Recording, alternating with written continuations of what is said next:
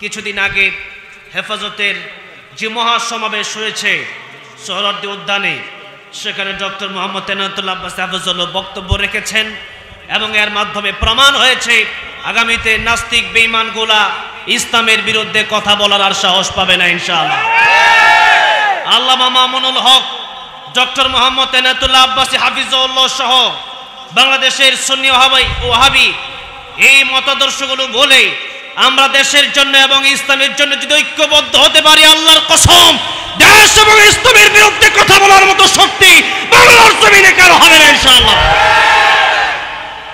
আমরা যেভাবে একসাথে দেখেছি ডক্টর এনায়েতুল্লাহ আব্বাসী হাফিজাহুল্লাহকে, আগামীতেও আমরা চাই হেফাজত ইসলাম, তাহরিকে খতমে নবুয়ত বাংলাদেশ এবং অন্যান্য যেই দলগুলো রয়েছে সুন্নি ওয়াহাবি, এই মতাদর্শগুলো বলে কওমি আলিয়া আল্লামা সাইদি রহমতুল্লাহ তিনি বলতেন, ডান চোখ আর বাম চোখ আমার কাছে যেমন সম্মানী, আমার কাছে কওমি আর আলিয়া এমন সম্মানী। সুতরাং ঘৃণার চোখে কোনো মাদ্রাসাকেই দেখা যাবে না। আমি প্রোগ্রাম নেওয়ার সময় এমন করি না যে কোনটা আলিয়া মাদ্রাসা আর কোনটা কওমি মাদ্রাসা, ওইটা আমি দেখি না। অন্তত আমি জামাত ইসলামের প্রোগ্রামও করি, আবার আমাদের যেই প্রোগ্রামগুলো আছে সেগুলোও আমরা করি। আজকে আমি দেখেছি অনেকেই পোস্টার নিয়ে অনেক মন্তব্য করেছে যে ডক্টর মোহাম্মদ এনায়েতুল্লাহ আব্বাসীর সাথে এই ওয়াহাবি কেন, এই মারামারিগুলো যারা করে এদের জন্যই আমাদের ইসলামের সমস্যা হয়, এদের জন্যই আমাদের দেশের সমস্যা হয়। মারামারি বন্ধ করেন, আমরা যদি এক হতে পারি আমরাই শান্তিতে থাকতে পারবো। আর আমরা যদি দ্বন্দ্ব করি এমন এক সময় আসবে মসজিদ মাদ্রাসা বন্ধ হয়ে যাবে, কথা বলার মতো কোনো ব্যক্তি থাকবে না, ঠিক না বেঠি?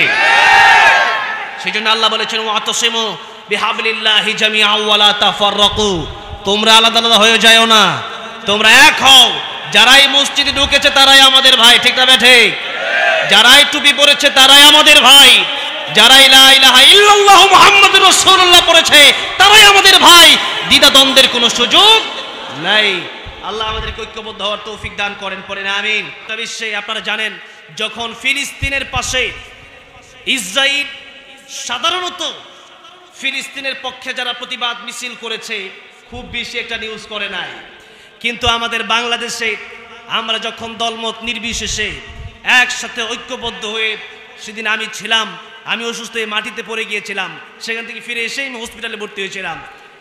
আমরা যখন মার্চ 4 গাজা করেছিলাম মিজানুর রহমান আজহারী হাফিজাহুল্লাহ সহ, এর কিছুক্ষণ পরেই ইসরায়েলের নিউজ হয়ে গেছে এবং ইসরায়েল আমাদের বাংলাদেশকে ভয় পেয়েছে এবং ফিলিস্তিনের রাষ্ট্রদূত বলেছে যে আমাদের বাংলাদেশ যেভাবে পাশে ছিল মিডল ইস্ট এইভাবে পাশে ছিল না, সৌদি, কাতার, কুয়েত, মিশর, জর্ডান কোন দেশে এইভাবে পাশে ছিল না, আমাদের বাংলাদেশ যেভাবে পাশে ছিল। আমাদের কাছে হয়তো ওই রকম ভাবে অস্ত্র নাই, আমরা হয়তো ভাবে ফিলিস্তিন যেতে পারি নাই, কিন্তু সারা বিশ্ব দেখেছে বাংলার মানুষের মতো ইমানদের আওয়াজ পৃথিবীতে আর কোনো দেশে উঠে নাই।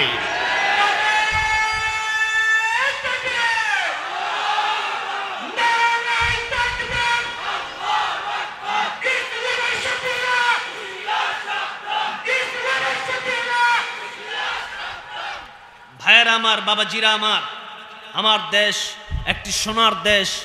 যদি আমরা একটু বিবেক বুদ্ধি খাটিয়ে ঐক্যবদ্ধভাবে সুন্দরভাবে চলতে পারি, দেশটা আগামীতে অর্থনৈতিকভাবেও খুব সুন্দর একটা জায়গায় অবস্থান করবে ইনশাআল্লাহ।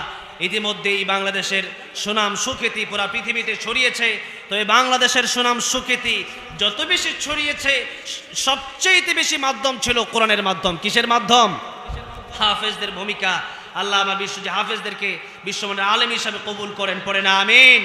জোরে বলতে হবে। আল্লামা সাইদি রহমতুল্লাহ বলেছিলেন, বিড়ালের মতো 500 বছর বেঁচে থাকার কোনো লাভ নাই, সিংহের মতো 1 ঘন্টা বাঁচতে চাই, ঠিক না ঠিক? সেরকম আওয়াজ দিতে হবে।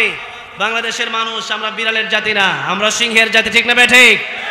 সেরকম আওয়াজ দেন, জোরে বলেন আলহামদুলিল্লাহ।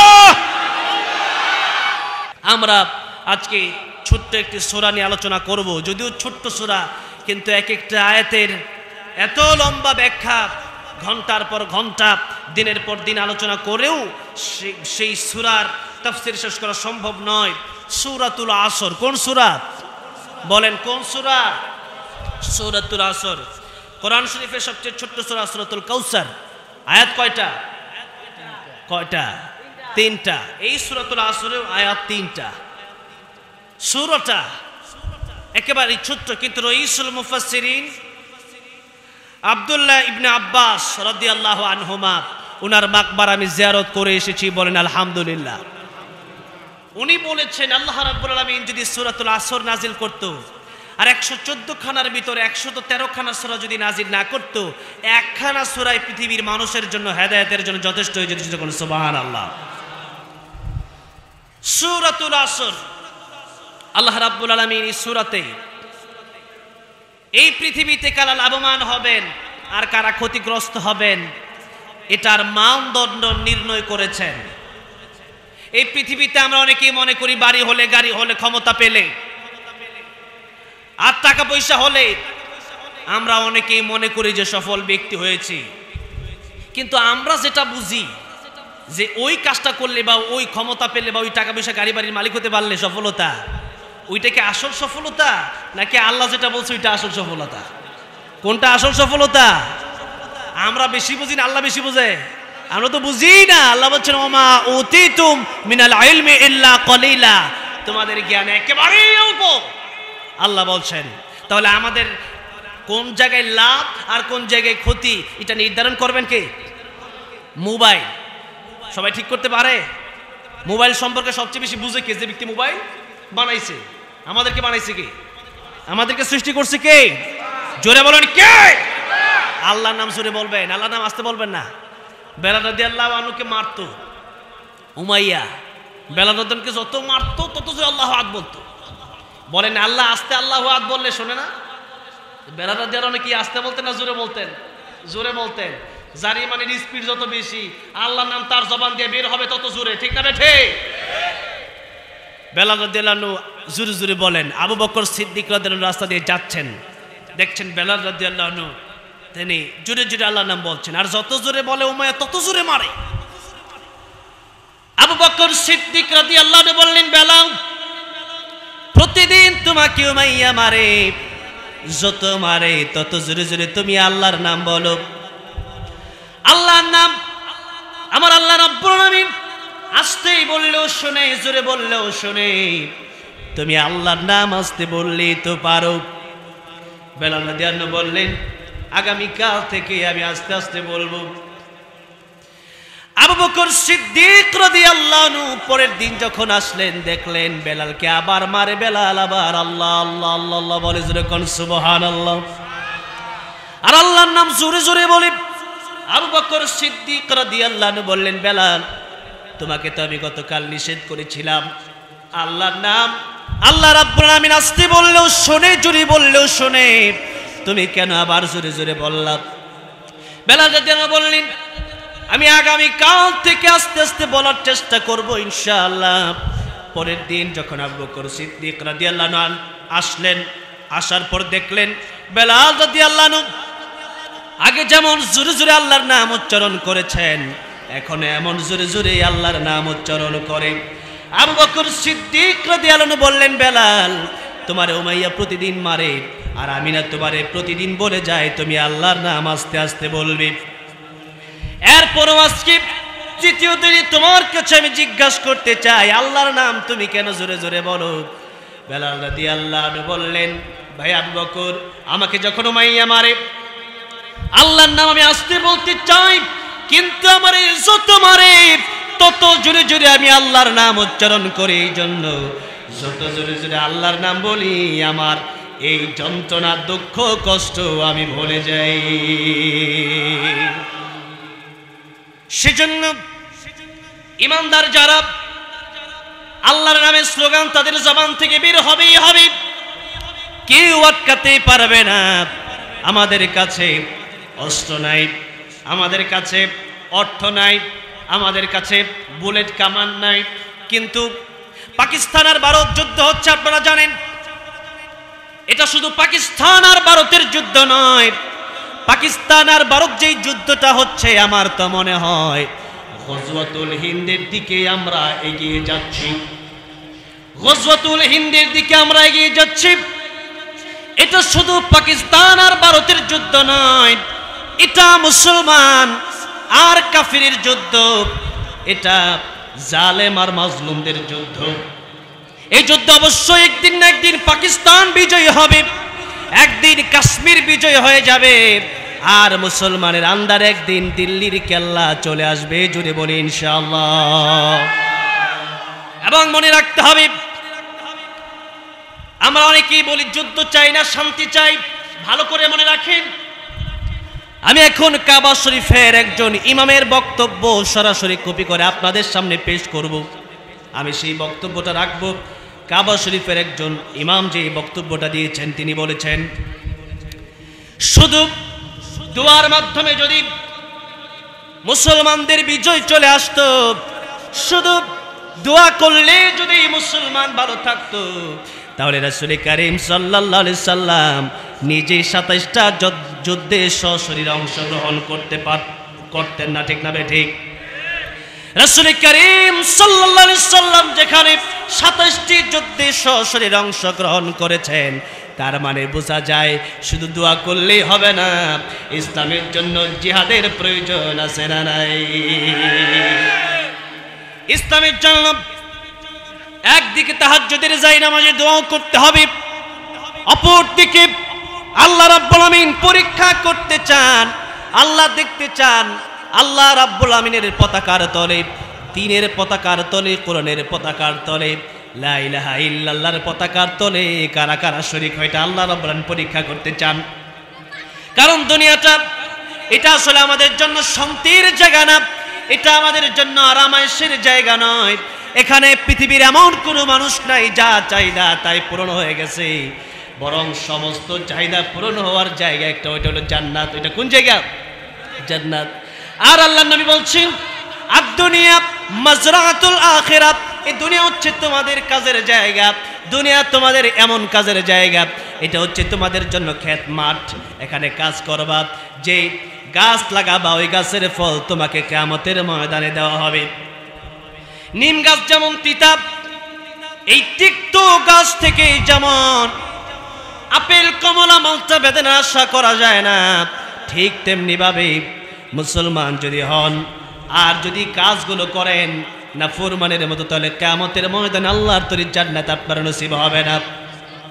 সেজন্য আল্লাহ রাব্বুল আমিন বললেন, ইন্নাল আবরারা লাফি নাঈম ওয়া ইন্নাল ফুজ্জারা লাফি জাহিম।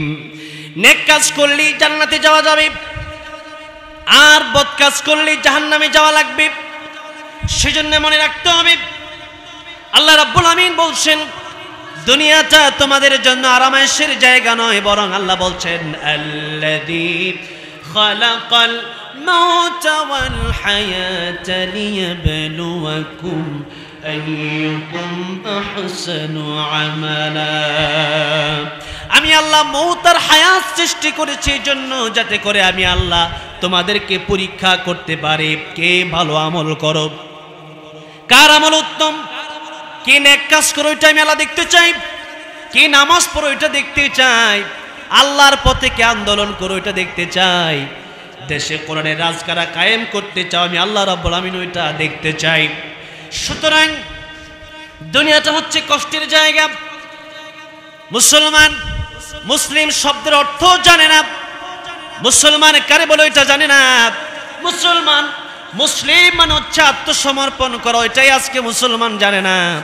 তার মানে আপনি আত্মসমর্পণ করলেন আল্লাহ রাব্বুল আমিনের কাছে।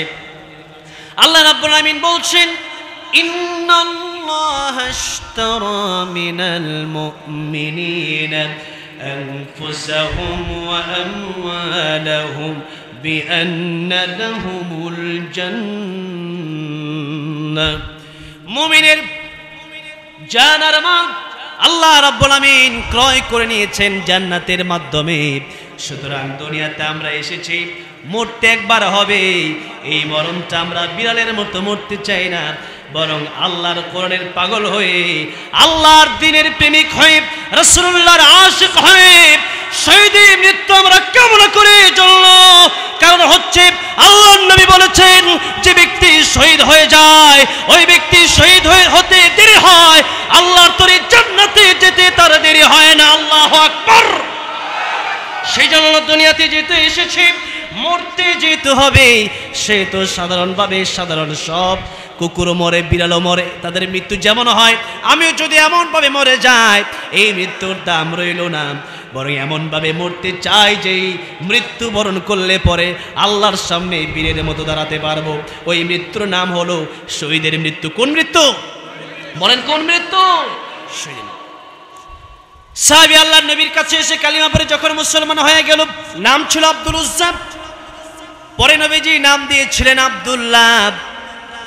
বাড়ি ঘর ছেড়েছিল শুধুমাত্র ইসলাম ধর্মের কারণে, এমনকি নিজের লঙ্গিটা পর্যন্ত চাচা রেখে দিয়েছিল।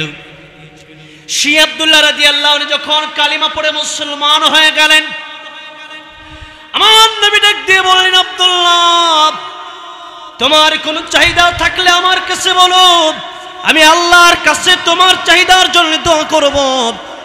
সাহাবী বললেন, ইয়া রাসূলুল্লাহ, ইয়া হাবিবাল্লাহ, দুনিয়ার কোনো চাহিদা আমার নাই, আপনি আমার জন্য দোয়া করেন, আল্লাহ যেন আমাকে শহীদের মৃত্যু দান করে দেন। আল্লাহু আকবার। সাহাবী যুদ্ধের ময়দানে চলে গেল, যুদ্ধটা হলো না। সাহাবী যুদ্ধের ময়দান থেকে ফিরে আসার সময় শহীদ হয়ে গেলেন। নবীজি বললেন, আল্লাহর দ্বীনের পথে যে ব্যক্তি মৃত্যুবরণ করলো, সাধারণ মৃত্যু হয় নাই, বরং তিনি শহীদ হয়েছেন। তিনি কি হয়েছেন? শহীদ হয়েছেন। আমি আল্লামা সাইদির নামে গান লিখেছি রাহমাতুল্লাহ আলাইহি। আল্লামা সাইদি, তুমি মরনি, শহীদ হয়েছ তুমি তাই জানি। সাইদি রহমতুল্লাহ আলাইহি নিয়ে অনেকেই গান লিখেছেন। একটি মাত্র ইসলামী সঙ্গীত আল্লামা সাইদি রহমতুল্লাহ নামে এই গানটি গাওয়ার জন্য আমাকে সর্বপ্রথম কাতারে দাওয়াত করা হয়েছিল। সে আল্লামা সাইদি রহমতুল্লাহ আলাইহি গান লিখতে গিয়ে আমি কথা বলেছিলাম, তুমি শহীদ হয়েছো এটাই জানি।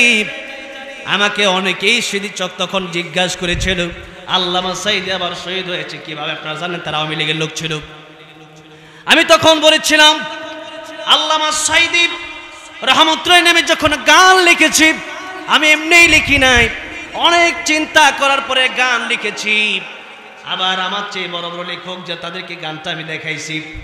এই গানের মর্যাদা হয়তো আপনি টের পান নাই, কারণ আপনি তো কোরআন হাদিস আপনি জানেন না। কোরআন হাদিস যদি জানতেন এই কথা বলতেন না। আল্লাহ রাব্বুল আমিন বলেছেন, ওয়ালা তাকুলু লিমান ইয়াকতালু ফি সাবিলিল্লাহি আমওয়াত বাল আহইয়াউ ওয়ালাকিন লা তাশউরুন। আল্লাহর রাস্তায় যারা জীবন দিয়ে দিল, আল্লাহর রাস্তায় যাদের মৃত্যু হয়ে গেল, এরা মরে যায় না, বরং এরা শহীদ হয়ে যায়। তারা আল্লাহর জান্নাতে তাদেরকে আল্লাহ পাখি বানায় দেন, পাখির মদত করে তারা উঠতে থাকে এবং আল্লাহ রাব্বুল আমিন তাদেরকে রিজিক দিতে থাকেন। যদি কোন সুবহানাল্লাহ। এজন্য নবী জন্য হাদিস শরীফের ভিতরে বলেছেন, দুনিয়াতে আমরা যদিও বাস্তবে দেখি গর্দানটা কেটে ফেলার সাথে সাথে মস্তকটা আলাদা হয়ে যায় আর দেহটা আলাদা হয়ে যায়।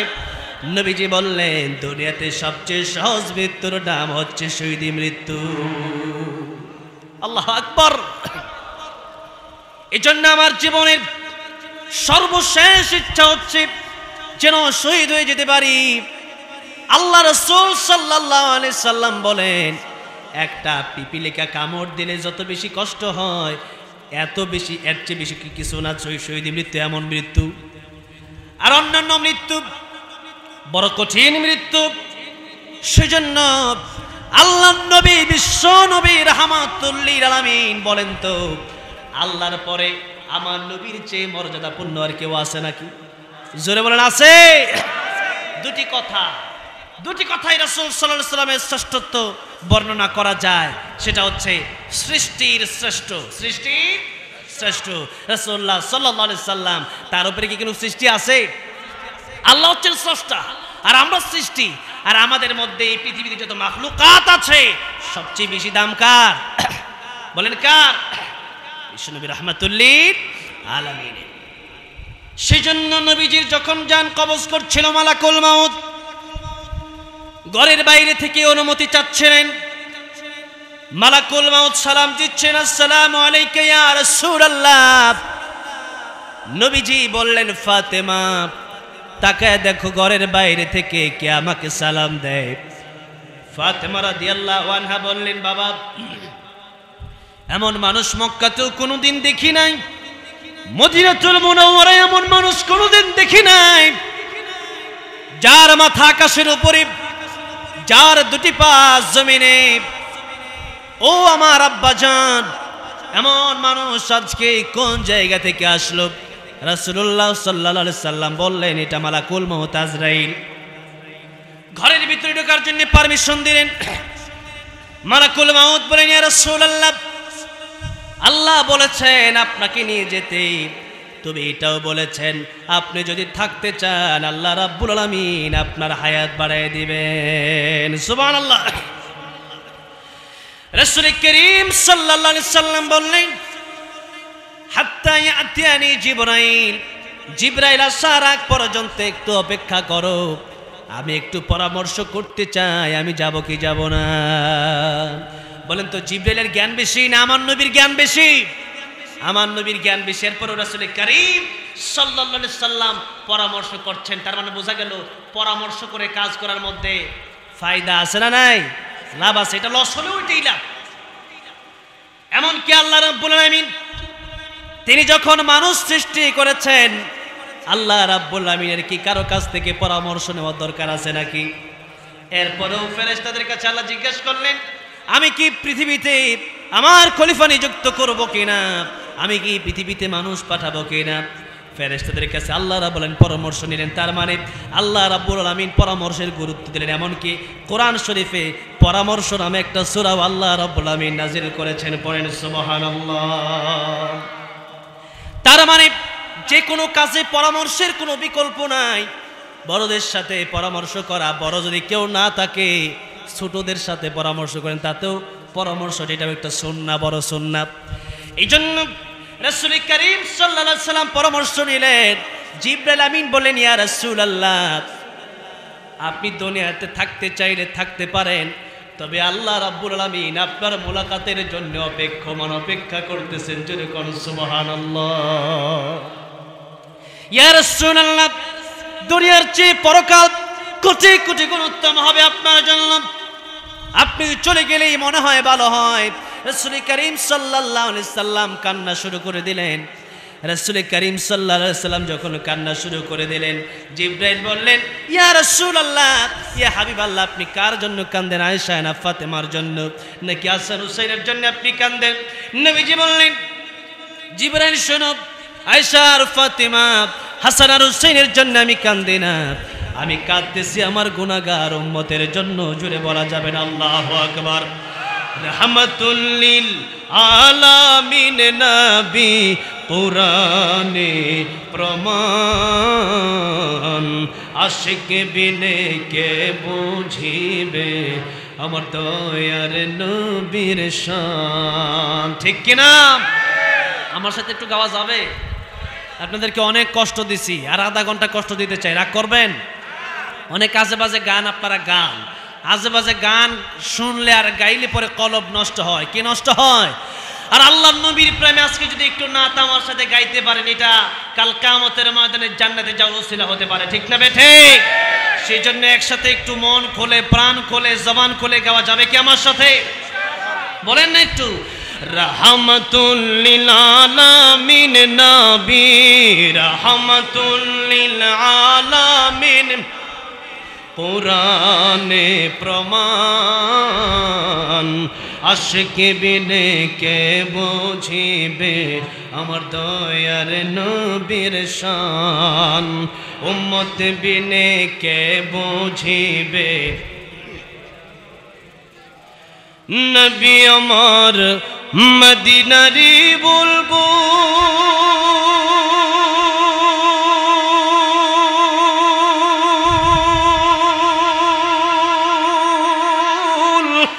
আমার আল্লাহ ভালোবেসে নামটি দিলেন হাবিবে রাসূল। আল্লাহু আকবার।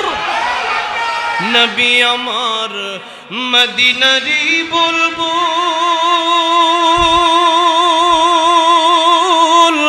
আমার আল্লাহ ভালোবেসে নামটি দিলেন মুহাম্মদ রাসূল। ওই নবীকে ভুল বুঝিলে, ওই নবীকে ভুল বুঝিলে থাকবে না ঈমান।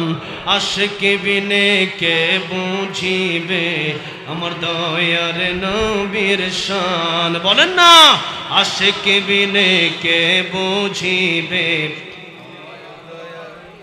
আমার ভাইরা, আমার বাবাজিরা, যে নবী যে আমাদের জন্য মরণের সময় কাঁদলেন, আরশে আজিমে আল্লাহর সাথে যখন দেখা করতে গেলেন, আমার নবী আমার নবীর উম্মতের জন্য কাঁদলেন।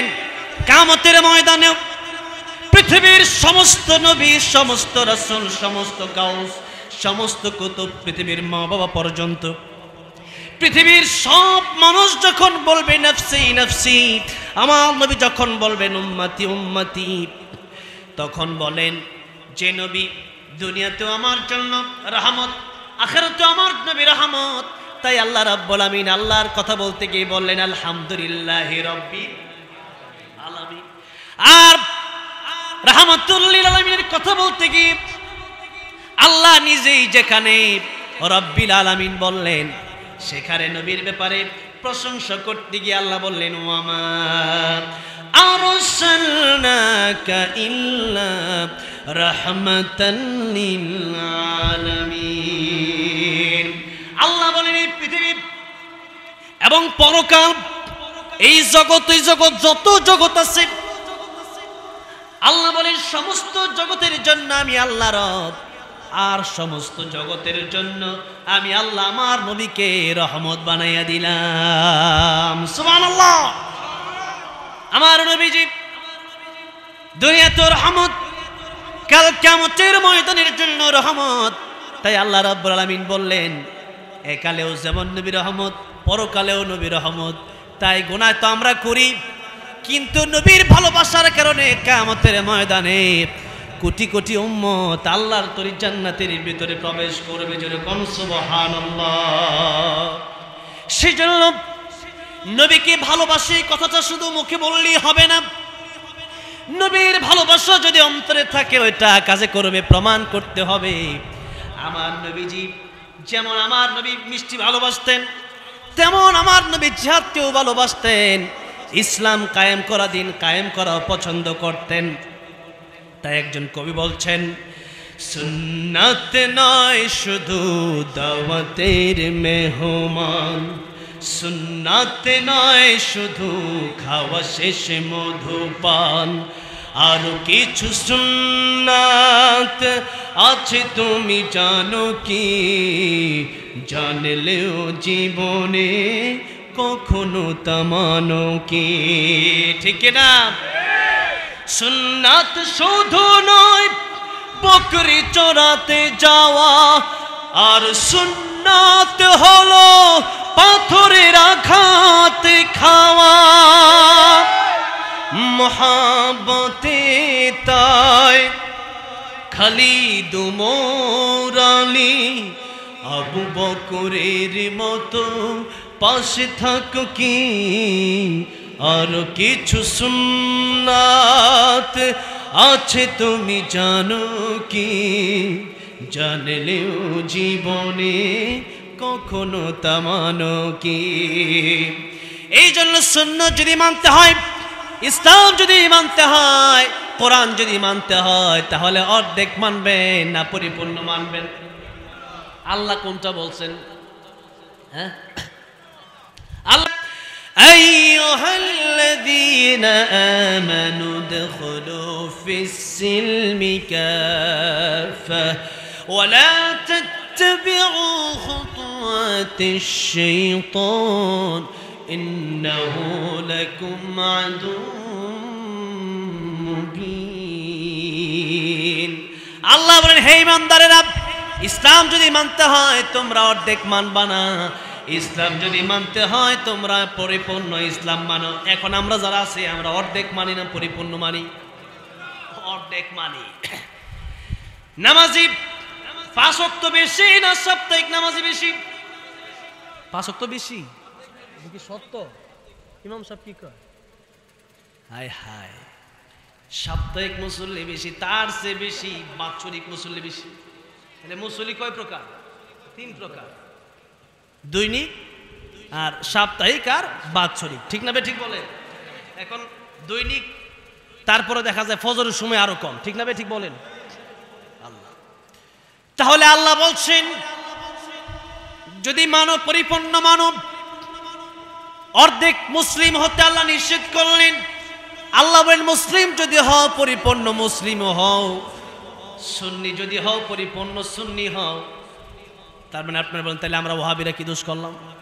এটা বলতেছি না। যারা সুন্নত মানে এদেরকে সুন্নি বলা হয়। এদের কি বলা হয়? সুন্নি বলা হয়। তা আমরা সবাই সুন্নি, আমরা সবাই কি? তারা সুন্নি আর আমরা ওয়াহাবি নাকি? এটা তারা বানাইছে, আমরা তো বানাইনি, আমরা বানাইছি। তাহলে আমরা সবাই সুন্নি, আমরা সবাই কি? কারণ আমরা সবাই সুন্নত মানি, ঠিক না বে ঠিক? আবার আমরা সবাই ওয়াহাবি। কেন সবাই ওয়াহাবি?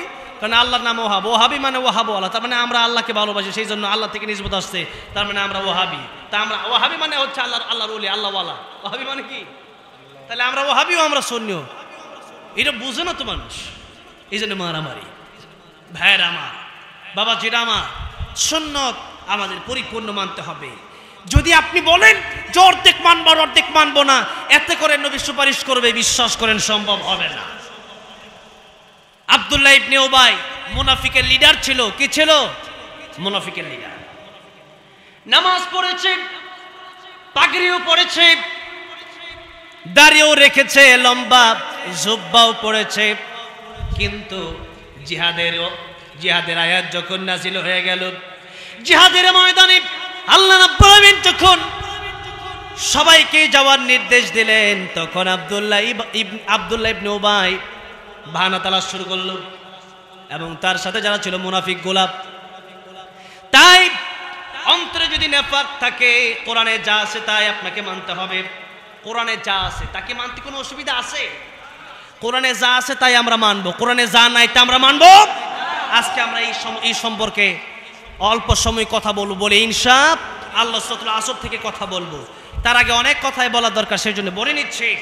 আমাদের এখন নামাজ আমরা পড়ি, আমরা কোরআন বিশ্বাস করি, আমরা রাসূল সাল্লাল্লাহু আলাইহি সাল্লামের সুন্নতকে আমরা ভালোবাসি। তবে কথা হচ্ছে যে আমরা যদি প্রতিবাদী না হই, ঈমান দীপ্ত আওয়াজ যদি আমাদের জবান দিয়ে বের না হয়, আমরা যদি আমাদের সামনে দিয়ে যদি দেশ নিয়ে যায়, আমাদের সামনে থেকে যদি মুসলমানদেরকে গুলি করা হয়, তখন যেন আমরা বসে না থাকি। সেই জন্যই এত লম্বা সময় ধরে ঈমান দীপ্ত আলোচনা, এত লম্বা সময় ধরে জিহাদমুখী আলোচনা, এত লম্বা সময় ধরে দ্বীন কায়েমের আলোচনা আপনাদের সামনে করছি। আমার আলোচনার মাঝখানে একটা সিরিজ আমার কাছে আসছে, যদিও আমি এটা এমনিও হয়তো বলতাম। আপনাদের এলাকার নাম কি? হ্যাঁ, আচ্ছা, দেওয়ানবাগ, ঠিক না? ঠিক। আলহামদুলিল্লাহ, আমি যতটুকু জানি দেওয়ানবাগির পক্ষে মনে হয় এলাকার কোনো লোক নাই, দুই একটা থাকলে ভিন্ন কথা। এখানে দিছে দেওয়ানবাগি ভণ্ডর বিরুদ্ধে কিছু বইলা জান হুজুর। তো এইটাই তো দেওয়ানবাগ, দেওয়ানবাগ এটা না? এই যে দেওয়ানবাগ, তো এখন তো দেওয়ানবাগ নাই। যখন এই দেওয়ানবাগি ছিল তখনও তার বিরুদ্ধে আমি বলছি। যারা আল্লাহ বাদ দিয়া, যাদের নিজের কদমে মানুষকে যারা সেজদা করায়, এরা পীর না ভণ্ড? শুধু ভণ্ড নয়, আল্লাহ পৃথিবীতে যত নবী রাসূল পাঠিয়েছেন তাদেরকে বলেছেন, আল্লাহ বলেছেন আমি যত রাসূল পাঠিয়েছি তাদেরকে বলেছি ওয়ালাকাদ বাসনা ফি কুল্লি উম্মাতির রাসূলান আন ইউবুদুল্লাহ ওয়াজতানিবুত তাগুত। আল্লাহ বলেছেন ও পৃথিবীর নবীরা রাসূলরা, আপনারা দুটি জিনিসের দাওয়াত দিবেন, একটা হচ্ছে এক আল্লাহর ইবাদত করতে হবে, আর একটা হচ্ছে তাগুত বর্জন করতে হবে।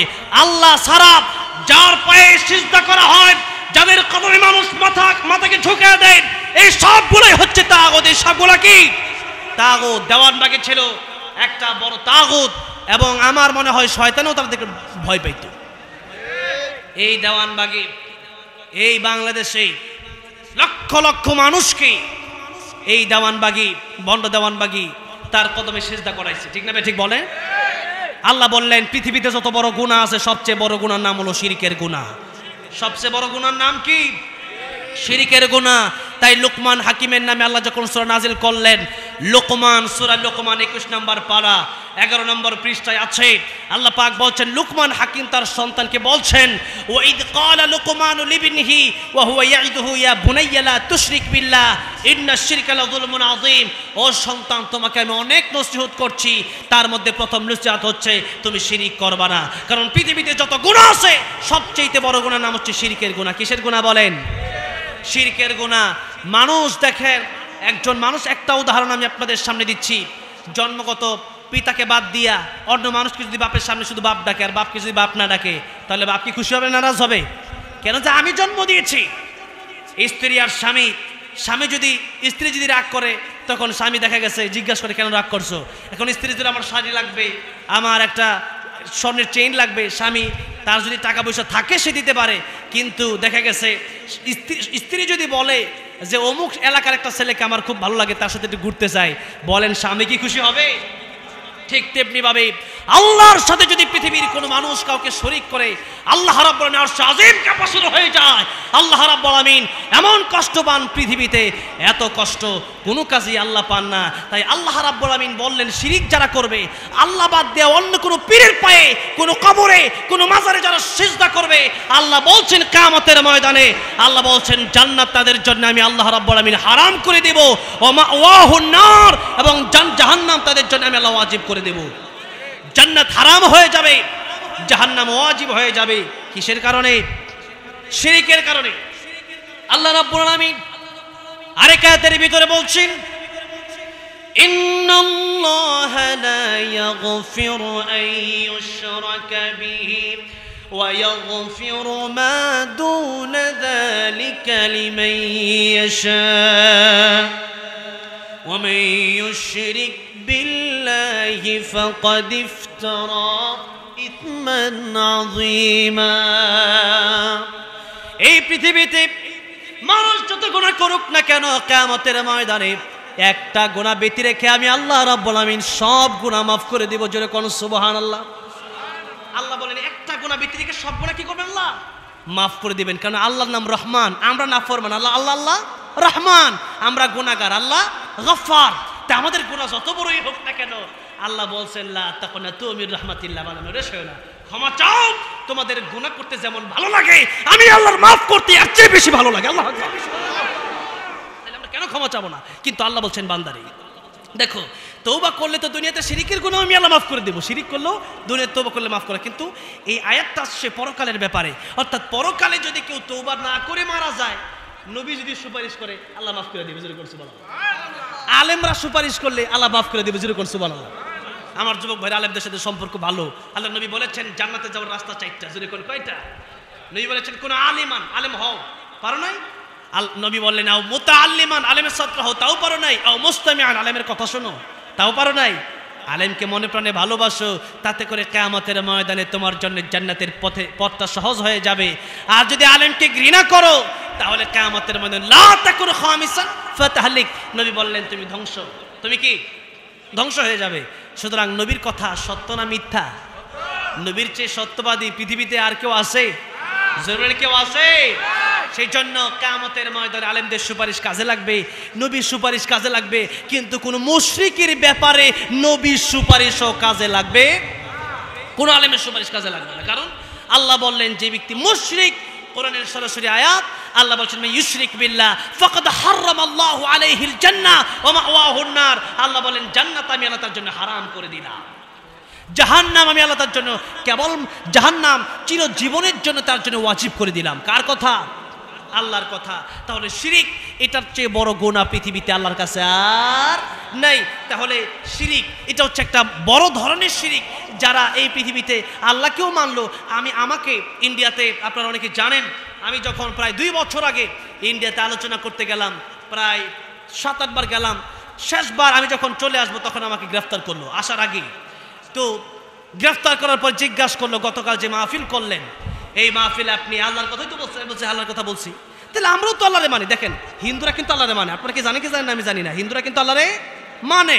ওরা বলে যে উপরওয়ালা, আমরা আল্লাহ বলি, তারা কি বলে উপরওয়ালা। তারা জানে যে আল্লাহ আছে, কিন্তু তারা জানে আল্লাহর সাথে আরো কয়েক কোটি খুদা আছে। এখন দেখেন তাদের বিশেষ হলো এটা। এখন আপনি যদি চিন্তা করেন আল্লাহ যা পারে আমার বাবাও মনে হয় তাই পারে, আল্লাহ যা পারে আমার পীর সাহেব তাই পারে, আল্লাহ যা পারে হুজুর মনে হয় তাই পারে, এই কথা যদি আপনি বিশ্বাস করেন ঈমান থাকবে? জোরে বলে ঈমান থাকবে? তাইলে হিন্দুর মধ্যে আর আপনার মধ্যে পার্থক্যটা কোথায়? তাহলে খ্রিস্টানের মধ্যে আর আপনার মধ্যে পার্থক্য কোথায়? বৌদ্ধ আর আপনার মধ্যে পার্থক্য কোথায়? তারা আল্লাহরেও মানে আবার মূর্তিরেও মানে, আর আপনি আল্লাহরেও মানেন আর একটা মানুষটাও মানেন। তা আল্লাহ তো বলতেছেন বল মাত্র, এই পৃথিবীতে আমি আল্লাহ যাদেরকে সৃষ্টি করেছি তোমরা মানুষ, তোমরাও দুর্বল, ওই মূর্তিও দুর্বল। তাহলে আমাদের ব্যাপারে আল্লাহ বলছেন দুর্বল। তাহলে দুর্বল সে ব্যক্তি আমার কোনো উপকার করতে পারবে? পীর সাহেব আপেল পরা দিচ্ছে আর পানি পরা দিচ্ছে, কিন্তু পীর সাহেবের নিজেরই ছেলে মেয়ে হয় না, এমন পীর আছে না দেশে? অভাব নাই। সুতরাং নামাজ নাই, রোজা নাই, ওগুলো কি পীর হতে পারে নাকি? যেরকম পীর হতে পারে। সেই জন্য এগুলোর বিরুদ্ধে অনেক কথা ইনশাল্লাহ আমাকে একটু আগে মনে করে দিলে আমার খেয়ালই ছিল না। আমি সাধারণভাবে অনেকদিন ধরে মাহফিল, আর এই এলাকা তো এখন আলহামদুলিল্লাহ অনেক ভালো। এখানে যারা এলাকাবাসী যারা আছেন প্রায় মানুষই এই দেওয়ানবাগ থাকতেই তাদের বিরোধিতা করছে, কিন্তু কাজে আসে নাই। কারণ হচ্ছে উপরে হাত ছিল ওই স্বৈরাচার গোষ্ঠীর সাথে, ঠিক না বেঠে? তারা চাইতো দেশে কিভাবে, এই দেশে কিভাবে শিরিক বাড়ানো যায়। কারণ শিরিক বেদাত আর এই পীরগুলারে বাড়াতে পারলেই আসল হক্কানি আলেমদের জবানগুলা তারা মনে করতো যে বন্ধ হবে। কারণ এই দিক দিয়া বলবে না ওই দিক দিয়া বলবে, কিন্তু বন্ধ করতে পারে নাই। এবার তো স্বৈরাচার গেছে, এখনও দেখছেন তো অবস্থা, দেখছি সব ভাঙ্গা চুরমার করে দিছে। এখন আর সেই ক্ষমতা নাই। এগুলো তো আমার আল্লাহর ফয়সালা, আমার আল্লাহ যেই ফয়সালা করবেন ওইটাই চূড়ান্ত হবে, ঠিক না বেঠে? পাকিস্তান আর ভারতের যুদ্ধে হয়তো একটু দেরি হচ্ছে, পাকিস্তানি বিজয় হবে ইনশাআল্লাহ। ফিলিস্তিন আর ইসরায়েলের যুদ্ধে ফিলিস্তিন বিজয় হবে ইনশাআল্লাহ। শুধু ফিলিস্তিন নয়, তামাম পৃথিবীতে মুসলিমরাই বিজয় হবে ইনশাআল্লাহ, ঠিক না বেঠে?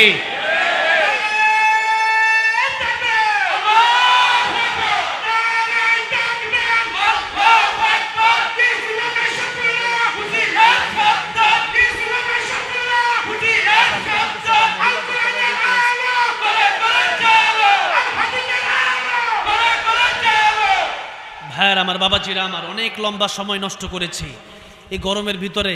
আমার ফ্যান দিয়ে রাখছে, তাই আমার কষ্ট হচ্ছে, আর আপনাদের তো ফ্যান নাই।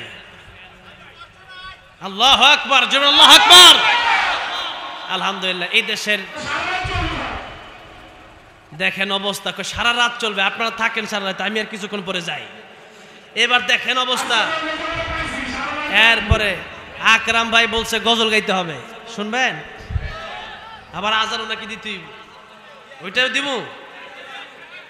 আচ্ছা যাক, ইনশাআল্লাহ মদিনার মাটির আল্লাহ, আমার তো এবার তো বড় হজে যাচ্ছে ইনশাআল্লাহ। আল্লাহ অনেকবার মক্কা মদিনা নিয়ে গেছে আমারে। এখন মক্কা মদিনা যাওয়া একেবারে সহজে, কাতারে আমারে একবার রেসিডেন্সি ভিসা আমাকে দিচ্ছে, একবারে পার্মানেন্ট, যে কোনো সময় ঢুকতে পারে। কাতার ঢুকলে তো সৌদি আরব পাশে যেতে পারি যে কোনো সময়। আলহামদুলিল্লাহ, আল্লাহ কত সহজ করেছে। আল্লাহ তুমি সবাইকে যাওয়ার তৌফিক দিও, জোরে কোন আমিন। আল্লাহ সবাইকে নবীর দিদার নসিব করে, জোরে কোন আমিন। তো গজল গাইব ইনশাআল্লাহ। তার আগে আর 10-15 মিনিট কথা বলতে চাচ্ছি।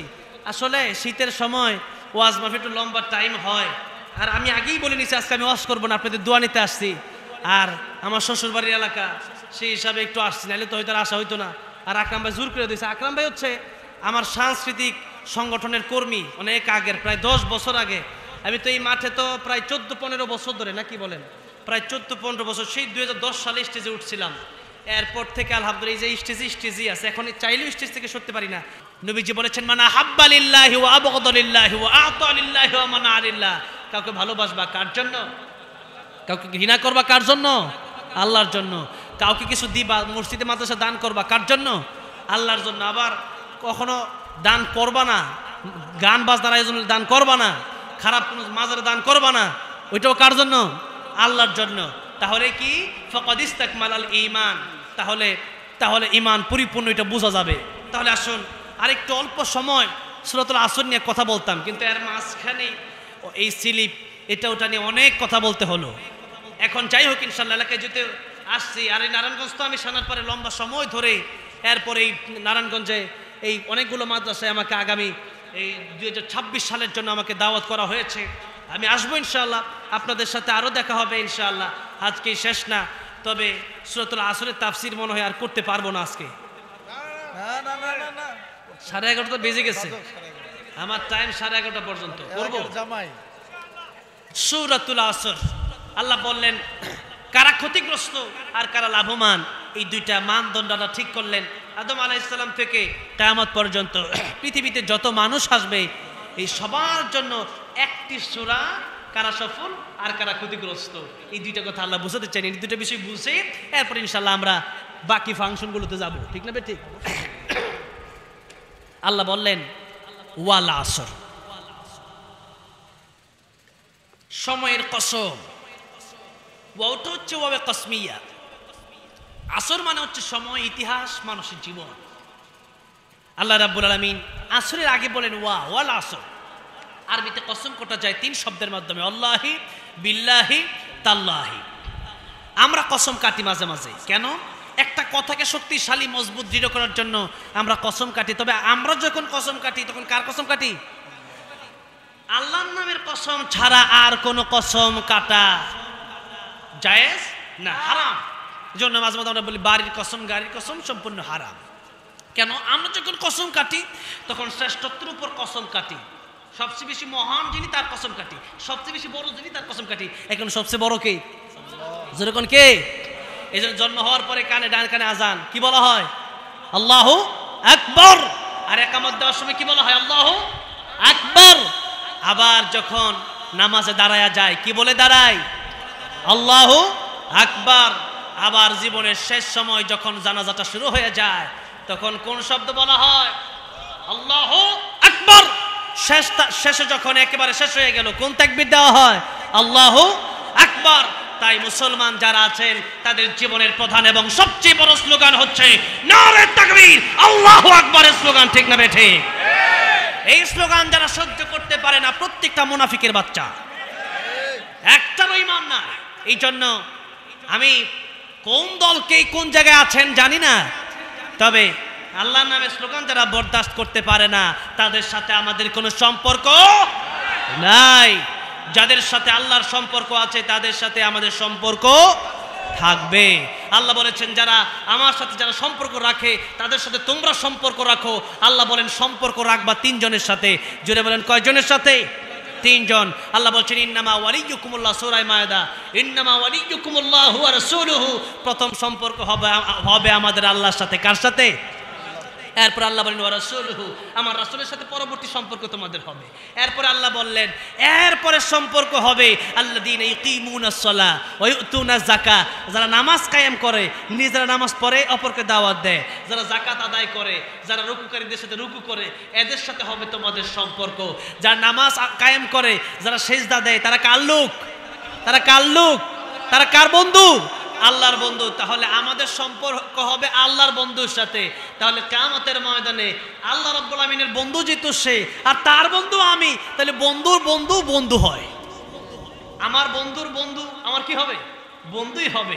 সেই জন্য আল্লাহ রাব্বুল আমিনের সাথে সম্পর্ক যাদের, তাদের সাথে আমাদের সম্পর্ক থাকবে, বলি ইনশাআল্লাহ। এবার আসেন সবচেয়ে বড় আল্লাহ, সবচেয়ে মহান আল্লাহ, সবচেয়ে শ্রেষ্ঠ আল্লাহ। তাই আমাদের জীবনের সবচেয়ে বড় স্লোগান হচ্ছে আল্লাহু আকবার।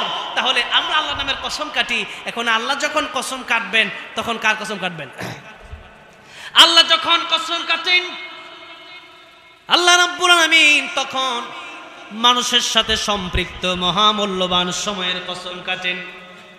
মহামূল্যবান মানুষের সাথে যেই বস্তুর সম্পর্ক আছে সেই বস্তুগুলোর কসম আল্লাহ রাব্বুল আমিন কেটে থাকেন।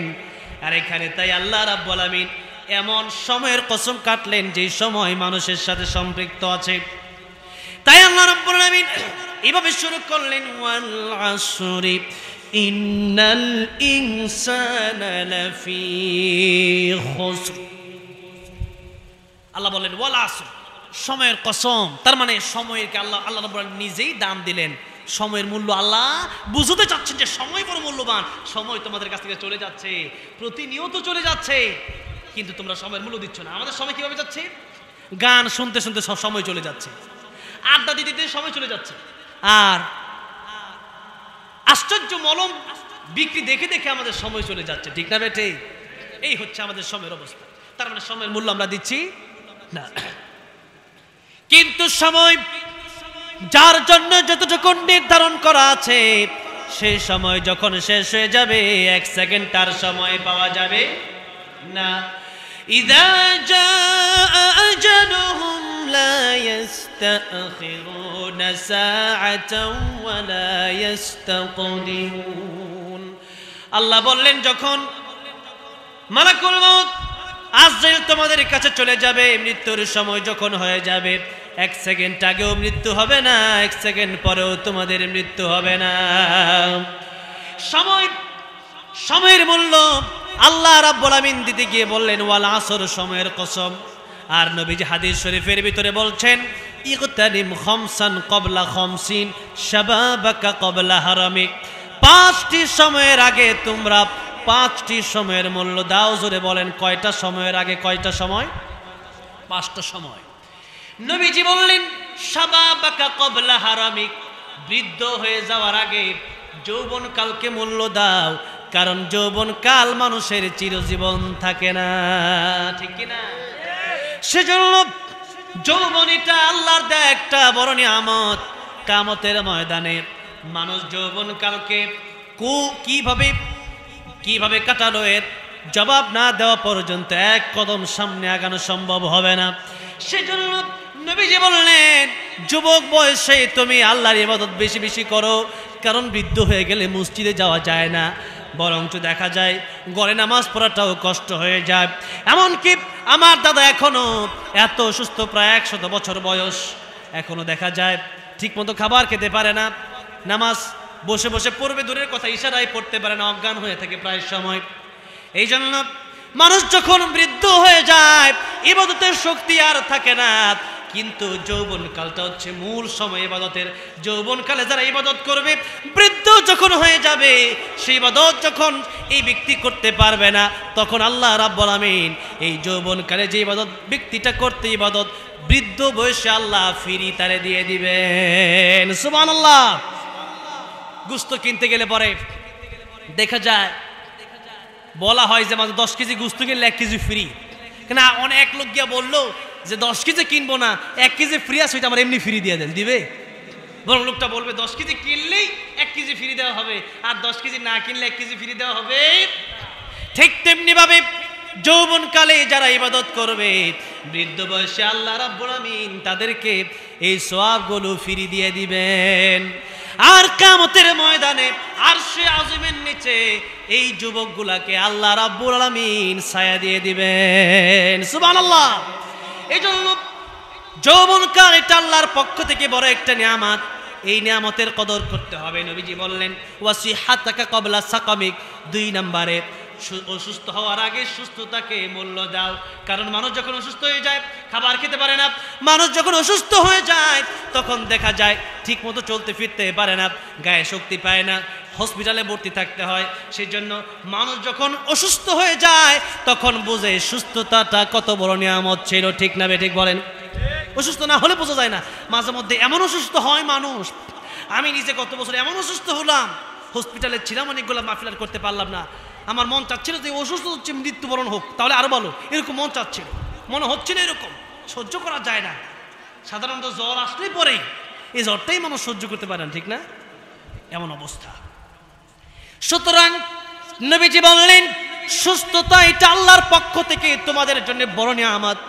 আর আমরা যখন সুস্থ থাকি তখন আমরা মনে করি যে কত মানুষের কোটি কোটি টাকা, আমার তো কোটি টাকা নাই। একজনের 5 তলা বিল্ডিং, আমার তো নাই। কিন্তু নবীজি বললেন সুস্থতা কত বড় নিয়ামত, টের পাচ্ছ না, অসুস্থ হলে তোমরা বুঝবা। এই জন্য নবীজি বললেন অসুস্থ হয়ে যাওয়ার আগে সুস্থতার নিয়ামতকে কদর করো, বেশি বেশি আল্লাহ জিকির করো, বেশি বেশি মসজিদে যাও, বেশি বেশি কোরআন পড়ো, বেশি বেশি আল্লাহ রাব্বুল আলামিনের ইবাদত তোমরা করো। এরপরে নবীজি বললেন গিনাকা ক্বাবলা ফাকরিক, ফকির হয়ে যাওয়ার আগে, ধনী থাকা অবস্থায় এই টাকা পয়সা অর্থ সম্পদ আল্লাহর রাস্তায় তোমরা বিলাইয়া দাও। কারণ কবি বলেছেন সকাল বেলার ধনী তবে ফকির সন্ধ্যা বেলা। এই বাংলাদেশের গত 16 বছরের ইতিহাস যদি লক্ষ্য করেন দেখেন, কত এমপি মন্ত্রী ছিল, বাড়ি ঘর যখন আগুন দিয়ে জ্বালায় দেওয়া হলো, টাকাগুলো অনেকেই নিতে পারে নাই। অনেকে এমন করুণ অবস্থায় আছে এখন ইন্ডিয়াতে, আমরা জানি ঠিক মতো 3 বেলা খাবার খেতে পারে না। তাই বলা হয়েছে সকালবেলার ধনী তুমি ফকির, সন্ধ্যাবেলা। 4 আগস্টে অবস্থান যেরকম ছিল 5 আগস্ট অবস্থান তো এরকম থাকে নাই। এই জন্যই নবীজি বলছেন 1 সেকেন্ডের মধ্যেই তুমি ফকির হয়ে যেতে পারো। সেজন্য ফকির হয়ে যাওয়ার আগে ধনাত্মকে মূল্য দাও।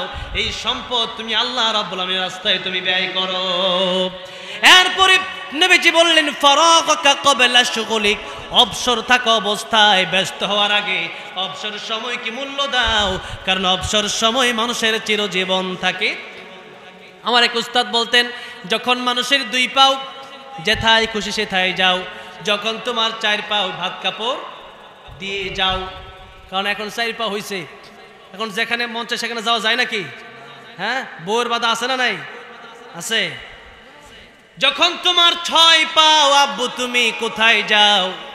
যত দিন যায় তত ব্যস্ততা বাড়ে না কমে? বলেন, দিন যত যাবে ব্যস্ততাও বাড়বে। এখানে আমরা বাঁচবো আল্লাহর জন্য, মরবো আল্লাহর জন্য। 1 মিনিটের ভরসা নাই, কিন্তু শত শত বছর কি খাবো কি পরবো সেজন্য দৌড়াদৌড়ি করতেছে, ঠিক না ঠিক?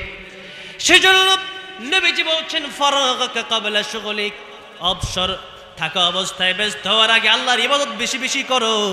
যখন অবসর হয়ে ব্যস্ত হয়ে যাবে আল্লাহর ইবাদত করার সময়টুকু পাবা না।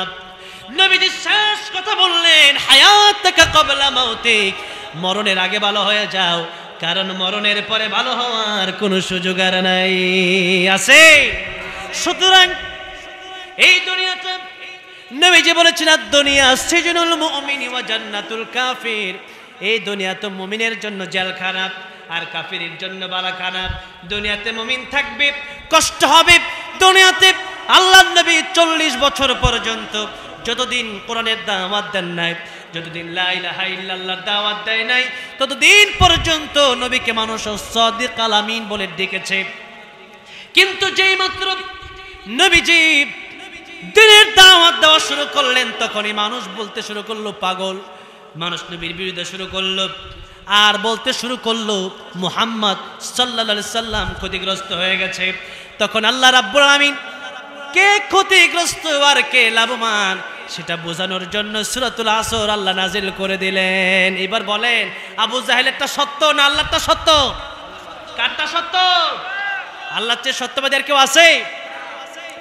আল্লাহ রাব্বুল আমিন বলছেন ওয়াল আসরি ইন্নাল ইনসানা লাফি খুসর ইল্লাল্লাযীনা আমানু وعملوا الصالحات وتواصوا بالحق وتواصوا بالصبر। আল্লাহ রাব্বুল আমিন বলছেন সময়ের কসম, নিশ্চয়ই পৃথিবীর সব মানুষ ধ্বংস ক্ষতিগ্রস্ত। আল্লাহ বলছেন পৃথিবীর সব মানুষ ক্ষতিগ্রস্ত। 4টা কর্মসূচি দিলেন। এই 4 কর্মসূচি যাদের ভিতরে পাওয়া যাবে আল্লাহ রাব্বুল আমিন বলছেন এরাই হচ্ছে লাভবান, এরাই সফল কাম। এখন দেখেন আল্লাহ কি বললেন। আল্লাহ বলেন ইল্লাল্লাযীনা আমানু, যারা ঈমান আনলো, ওয়া আমিলুস সালিহাত, যারা নেক আমল করলো, ওয়া তাওয়াসাউ বিল হক, এই নেক আমল নিজেই করলো না অপরকে দাওয়াত দিল। থাকতে গেলেই এই পৃথিবী থেকে বিদায় হয়ে যাওয়া লাগে। আল্লামা সাঈদী রাহমাতুল্লাহ আলাইহি সহ এই বাংলাদেশের শত শত আলেমকে ফাঁসি দিয়েছে হাসিনা, কেবলমাত্র আল্লাহর দ্বীনের কথা উঁচু গলায় বলার জন্য, ঠিক না বেঠে? একটি মাত্র কারণে, তারা শুধু চেয়েছিল আল্লাহর কোরআনকে এই দেশে বিজয় করার জন্য। আমি কাতারে গিয়েছিলাম, সাঈদী সাহেবের ছেলে মাসুদ সাঈদী সাহেবের সাথে আমার দেখা হয়েছে। মাসুদ সাঈদী সাহেব চোখের পানি ফেলছিল আর বলছিল আমার বাবাকে এমপি তো আমার বাবা ছিলই, এরপরেও কোটি কোটি টাকার অফার দেওয়া হয়েছিল, বলা হয়েছিল সারা জীবন ওয়াজ করবে, কোনো বাধা আমরা দেব না, কেবলমাত্র রাজনীতি বাদ দিবে, কেবলমাত্র আমাদের বিরুদ্ধে কথা বলবে না, যত সুযোগ সুবিধা লাগে আমরা দেব। আল্লামা সাঈদীর কাছে প্রস্তাব পেশ করা হলে আল্লামা সাঈদী সেদিন বলেছিলেন, ও আমার সন্তানেরা, আমাকে কি তোমার এমন দুর্বল ইমান মনে হয়? আমার ইমানটাকে, আমার আমি যদি ইচ্ছা করতাম এমপি তো বাইরে থাকতেই ছিলাম, সেই জায়গাতেই আমি অনেক কিছু করতে পারতাম। সাইদি সাহেবের বাড়ি আমি দেখে আসলাম, এমন বাড়ি, একটা রিক্সাওয়ালারও এমন বাড়ি থাকে, কিন্তু তা আমি করি নাই। দিনের জন্য আমার তো নিয়ত আছে আল্লাহর রাস্তায় শহীদ হয়ে যাব। সুতরাং আমার কাছে এমন প্রস্তাব তোমরা নিয়ে এসো না। আমার নবীর কাছেও কিন্তু এমন প্রস্তাব নিয়ে যাওয়া হয়েছিল। আমার নবীর কাছে বলা হয়েছিল কি প্রয়োজন বলেন, বাড়ি, গাড়ি, নারী। আমার নবী বলেছেন এগুলো তো দেওয়া সম্ভব। আমার ডান হাতে ওই চন্দ্রটা আর বাম হাতে ওই সূর্যটা যদি এনে দেওয়া হয়, একটা সেকেন্ডের জন্য আল্লাহর কোরআনের কথা বলা আমি বন্ধ করে দেব না। আল্লাহু আকবার। সেজন্য আল্লাহ যে বললেন ওয়াতাওয়াসাউ বিল হাক্কি, এই ঈমান আর নেক আমলের দাওয়াত দেওয়ার জন্য এটা সাধারণ শব্দ না, এটা অনেক ব্যাপক শব্দ। এই যে তাফসীর মাহফিল হচ্ছে, এখানে কোরআনের দাওয়াত দেওয়ার মাধ্যমে ওয়াতাওয়াসাউ বিল হক এই আয়াতের কর্মসূচি আমরা পালন করতেছি। আর এই কথাগুলো যখন আমরা বলি, এগুলো আমাদের অনেক রিস্ক নিয়ে বলতে হয়। এই বাংলাদেশে আপনারা জানেন বিভিন্ন জায়গায় বিভিন্ন দল আছে। যখন আমরা কথা বলি, কথা বলে যাওয়ার সময় বিভিন্ন সময় গাড়িতে হামলা হয়, বিভিন্ন সময় নিজের গায়ে অ্যাটাক আসে, বিভিন্ন সময় সরকারিভাবে আমাদের বিরুদ্ধে আইন করা হয়, বানোয়াট আইন করা হয়। আমির হামজা সাহেবের সাথে আমার দেখা হয়েছে কয়েকদিন আগে। এমন একজন নম্রভদ্র মানুষ তিনি। এরপরে খালেদ সাইফুল আইনি সাহেবের সাথে আমার খুব ভালো সম্পর্ক, ওনার সাথে দেখা হলো। এই মানুষগুলোর মতো ভালো মানুষ বাংলার জমিনে আমি মনে করি খুবই কম আছে। তাদেরকে ককটেলের মামলা দিয়া আর গুলির মামলা দিয়া আর চুরি আর ছিনতাইয়ের মামলা দিয়া তাদেরকে বছরের পর জেলের ভিতরে আটকায় রাখা হয়েছে, ঠিক না বেঠি? একমাত্র ওয়াতাওয়াসাউ বিল হক, এই কারণে একটা কর্মসূচির কারণে, দিনের দাওয়াত দেওয়ার কারণে দিনকে দিন, বছরকে বছর, আজকে আমির হামজার মেয়ে আমির হামজাকে বাবা বলে ডাকে না, আঙ্কেল বলে ডাকে। সন্তান যখন জন্ম হয়েছে, বাবা তো জেলেই চলে গেল, দুধের বাচ্চাটা বাবাকে চিনবে কি করে? 3 বছর পর যখন আমির হামজা সাহেবকে মুক্তি দেওয়া হলো, সন্তান অন্যান্য মানুষকে যেমন আঙ্কেল বলে ডাকে, বাবাও যখন জেল থেকে মুক্তি পেয়ে বাসায় আসলো, বাবাকে আঙ্কেল বলা শুরু করলো। বলেন তো, একজন বাবাকে যখন তার মেয়ে আঙ্কেল বলে ডাকে, তখন তার অবস্থাটা কত কষ্টের অবস্থা হয়। সেজন্য কোরআনের পক্ষে থাকতে হলে জীবন চলে যেতে পারে, কোরআনের পক্ষে থাকতে হলে জেল হতে পারে, জুলুম হতে পারে, হামলা মামলা হতে পারে, কিন্তু মনে রাখতে হবে এই দুনিয়া, নবী আগেই বলেছেন, দুনিয়া আমাদের জন্য জেলখানা, পরকালে আমাদের জন্য অপেক্ষা করছে নাজ নিয়ামত। সাহাবী, এমন সাহাবীরা যখন শহীদ হয়ে যাচ্ছিলেন, এক হাত কাটা হলো, আরেক হাত দিয়ে ইসলামের পতাকা উঁচু করে ধরলেন, আরেক হাত কাটা হলো, পা দিয়ে ইসলামের পতাকা উঁচু করে ধরলেন, 2টি পা কেটে দেওয়া হলো। কামড়ে দাঁতের মাধ্যমে ইসলামের পতাকা উঁচু করে ধরে রাখলো। কাফের বেঈমানেরা যখন তাকে মেরে ফেলবে, জিজ্ঞাসা করা হচ্ছিল, এত কষ্ট দেওয়া হচ্ছে, তোমার কি কষ্ট হয় না? সাহাবী বলছিলেন, কষ্ট কেন হবে? আমি তো জান্নাতের ঘ্রাণ পেতেছি, আমি তো জান্নাতের নাজ নিয়ামত আমার চোখের সামনে এখনই বাজতেছে, যেরকম আল্লাহু আকবার। কষ্ট কেন হবে? আমি তো সুখের নাজ ও নিয়ামতে, এত সুন্দর নাজ নিয়ামত দেখছি, সুখ আর সুখ, চিরজীবনের সুখ আমি আমার চোখের সামনে দেখছি, সুতরাং কষ্ট কেন হবে? আমি তো আল্লাহ রাব্বুল আমিনের জন্য জীবন দিচ্ছি। তাই কাফের বেঈমানের কাছে, এই যে ভারতের কাছে অস্ত্র আছে, কামান বুলেট আছে, কিন্তু পাকিস্তানের মানুষের কাছে ইমানি শক্তি আছে, ইসরায়েলের কাছে বোমা, রকেট, কামান আর বুলেট থাকতে পারে, কিন্তু ফিলিস্তিনি মানুষের কাছে আছে ইমানের পাওয়ার। কিসের পাওয়ার? আর ইমানের পাওয়ার যার থাকবে তারাই বিজয়ী হবে, কারণ ইমানের পাওয়ার যার ভিতরে আছে, আল্লাহর জন্য যারা জীবন দেয় তাদের ভয় নাই, কারণ তারা জানে দুনিয়া আমাদের জন্য ক্ষণস্থায়ী আর আখিরাত আমাদের জন্য চিরস্থায়ী। আর যারা এই দুনিয়াতে কাপুরুষ বেঈমান আর যারা জালেম, এদের চিন্তায় থাকে আমি যুদ্ধের ময়দানে যাবে, মরার জন্য যাব না, কারণ মরলেই তো আমার আযাব শুরু হয়ে যাবে। আর যারা মুসলমান ইমানদার, তারা চিন্তা করে মৃত্যুর পরে আমার জন্য চিরস্থায়ী শান্তি অপেক্ষা করছে, চিরস্থায়ী জান্নাত আমার জন্য অপেক্ষা করছে। সেজন্যই মুসলমানের কোনো ভয় নাই, ইমানদারের কোনো ভয় নাই। যতদিন বাঁচবো আল্লাহর জন্য বাঁচবো, মরলেও কার জন্য মরবো? কার জন্য? আল্লাহর জন্য। তাই আল্লাহ বলছেন এই 4 গুণ যার ভিতরে থাকবে এরাই হচ্ছে সফল কাম। এবার আসলে একটু দেখি আমাদের ঈমান আছে কিনা, টেস্ট করা দরকার আছে না নাই? ঈমান আছে কিনা আজকে এই কথাটা বলে আমি শেষ করে দিচ্ছি। ঈমান কাদের আছে কাদের নাই এই কথাটা আপনারা বুঝছেন। 6 কথা বিশ্বাসের নাম ঈমান। কয় কথা? 6 কথা। ঈমানে মুফাসসাল পারেন আপনারা? আমানতু বিল্লাহি ওয়া মালাইকাতিহি ওয়া কুতুবিহি ওয়া রুসুলিহি ওয়াল ইয়াউমিল আখিরি ওয়াল কদরি খায়রিহি ওয়া শাররিহি মিনাল্লাহি তাআলা ওয়াল বাসি বাদাল মাউত। এটার বাংলা আপনারা জানেন তো? আমানতু বিল্লাহি, আমি আল্লাহর উপর ঈমান আনলাম। ওয়া মালাইকাতিহি, ফেরেশতাদের উপর কি আনলাম? ঈমান আনলাম। ওয়া কুতুবিহি, আল্লাহ নাযিলকৃত কিতাব, যত কিতাব আছে এর মধ্যে কোরআন শরীফ আছে না নাই? সমস্ত কিতাব মানলাম, বিশ্বাস করলাম। ওয়া রুসুলিহি, নবী রাসূল বিশ্বাস করলাম। ওয়াল ইয়াউমিল আখিরি, পরকাল বিশ্বাস করলাম। ওয়াল কদরি খায়রিহি ওয়া শাররিহি, ভালো মন্দ যা কিছু হয় কার পক্ষ থেকে হয়? ওয়াল বাতি বাদাল মাউত, এটা আর ওয়াল ইয়াউমিল আখির, দুটাকে এক করা হয়েছে, অর্থাৎ মৃত্যুর পরেই পরকাল শুরু হয়ে যায়। এই জন্য এই 6 কথা বিশ্বাসের নাম হচ্ছে ঈমান। এখান থেকে কোনো কথা যদি কেউ বিশ্বাস না করে ঈমান আর থাকে। যেমন কাদিয়ানীদের কথা আপনারা যদি মনে করেন, কাদিয়ানীরা ঈমানদার না কেন? কোরআন শরীফের একটা আয়াত, সূরা আহজাবের একখান আয়াত তারা মানে না।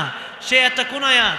মা কানা মুহাম্মাদুন আবা আহাদিম মির রিজালিকুম ওয়ালাকিন রাসূলুল্লাহ ওয়া খাতামান নাবিয়্যিন। আমার নবী শেষ নবী, ঘোষণাটা কার? আল্লাহ। এখন এই যে আমরা কুতুবিহি মানছি, শত কিতাব আছে কোরআন সহ, সমস্ত কিতাব আল্লাহর পক্ষ থেকে নাজিল হয়েছে, এই কিতাবের উপর বিশ্বাস করলাম। এখন কাদিয়ানীকে আমরা সব মানি, কিন্তু খাতামান নাবিয়্যিন আমরা মানি না। তাহলে কি ঈমান আছে না নাই? আছে, ঈমান নাই। সুতরাং কোরআন শরীফের এরকম প্রত্যেকটা অনেক আয়াত আছে, এক একটা আয়াত করে ধরায় দিলে হয়তো অনেক সময়ের প্রয়োজন। এক একটা আয়াত আপনারা যদি দেখেন, সে আয়াতগুলো যদি বলতাম সময় লাগতো, কিন্তু আজকে একটা আয়াত বুঝালাম যে একটা আয়াত তারা মনে করে যে আমরা ঈমানদার, আসলে ঈমান নাই। এই জন্য কোরআন শরীফের একটা আয়াত তো দূরের কথা, একটা অক্ষর যদি কেউ অস্বীকার করে ঈমান থাকবে? ঈমান থাকবে না। এই ঈমানে মুফাসসাল। তাহলে ঈমান হচ্ছে একটা কালিমা। কালিমায়ে তাইয়্যিবার কিছু ব্যাখ্যা দেওয়া হয়েছে কালিমা শাহাদাতে, কালিমা শাহাদাতের কিছু ব্যাখ্যা দেওয়া হয়েছে ঈমানে মুজমাল, ঈমানে মুজমালের সম্পূর্ণ ব্যাখ্যাটা দেওয়া হয়েছে ঈমানে মুফাসসালে।